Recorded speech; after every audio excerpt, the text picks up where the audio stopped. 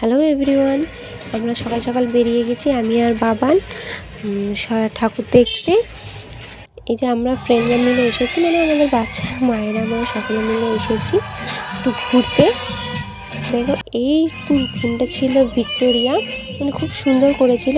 আর মোটামুটি অনেকেই জানো কালনার সরস্বতী পুজো মানে হচ্ছে বিশাল একটা ব্যাপার, খুব ভীষণ ফেমাস সরস্বতী পুজো আমাদের কালনায়।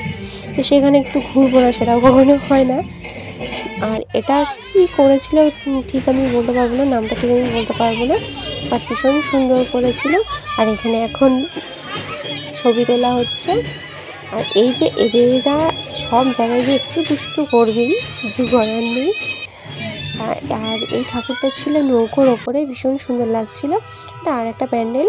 আর এখানে যে ত্রিশূলগুলো দেখছো না, এই ত্রিশূলগুলো নেওয়ার জন্য বাবান ভীষণ বায়না করছিল, বলছিল আমাকে এই ত্রিশূল দাও, আমি নিয়ে যাব।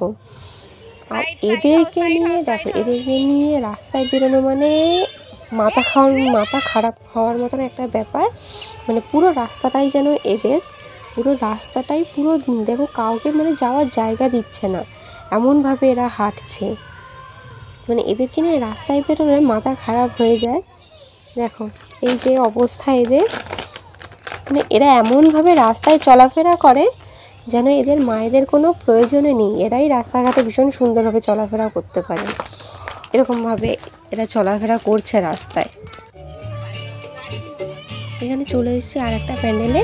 এই শুনেছি নাকি এটা কালনার মধ্যে ফার্স্ট হয়েছে আমলা পুকুরের সামনে একটা হাতিও আছে। আর এই যে অনেক ঘোরাঘুরির পর চলে এসেছি সবাই মিলে লাঞ্চ করতে।